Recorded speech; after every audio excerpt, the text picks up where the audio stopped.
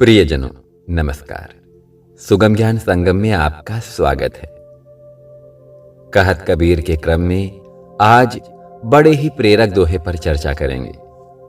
दोहा है, चोर भरोसे साहू के, लाया वस्तु चुराए, पहले बांधो साहू को, चोर आप बंधी जाए।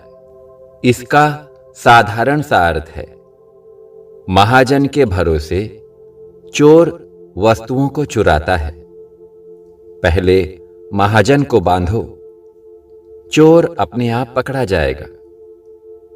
परंतु इस दोहे का भावार्थ समाज से जोड़ा जाए तो समाज से जुड़ जाएगा, और आत्मचिंतन से जोड़ा जाए तो स्वयं से जुड़ जाएगा। सामाजिक दृष्टि से चोर वही होता है जो तुच्छ होता है, जिसके पास विवेक नहीं होता।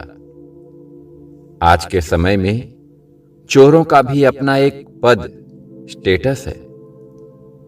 सबसे ईमानदार चोर सरकारी पद पर आसीन लोग होते हैं, जिन्हें बिना रिश्वत दिए काम ही नहीं होता। इनसे भी बड़े और पूरी तरह से ईमानदार चोर समाज सेवा का ढोंग रचने वाले नेता होते हैं।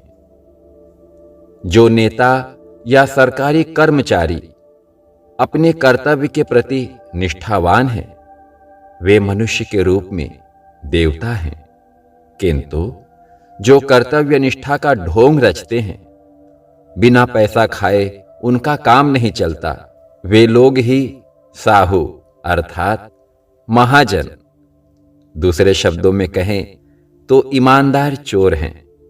ऐसे लोगों का सह पाकर पेशेवर चोर पैदा होते हैं, जो राह चलते लोगों की जेब काट लेते हैं, बैंक लूट लेते हैं, खून कर देते हैं। पेशेवर चोर ईमानदार चोरों की सहायता से चोरी करते हैं।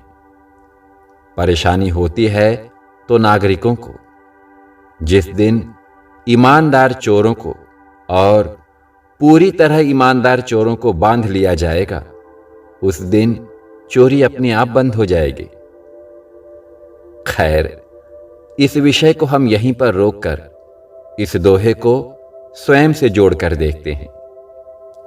स्वयं से जोड़ने पर इसका अर्थ होगा, मन रूपी चोर जीव रूपी महाजन की सत्ता से विषय वासना रूपी वस्तु को चुरा कर लाता है। अतः पहले महाजन को अपने आप को बांधो, चोर अपने आप बंध जाएगा।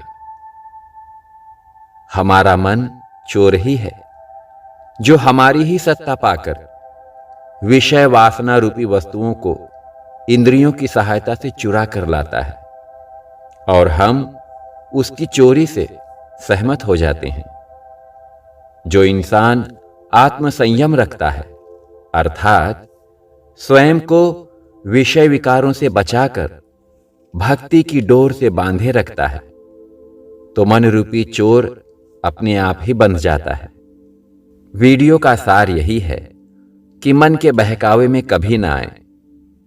यह ऐसा चोर है जो हमारे ही सहारे सारी चोरियां करता रहता है, और चोरी का माल खिला खिला कर हमें भी चोर बना देता है।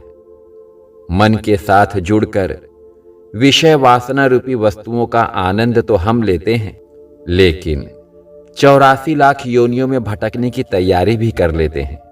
अतः मन रूपी चोर से सावधान रहें। कहत कबीर के इसी क्रम में किसी और दोहे पर चर्चा करते हुए फिर मिलेंगे। सुगम ज्ञान संगम को सुनते रहें, हर कदम आत्मा की ओर बढ़ते रहें।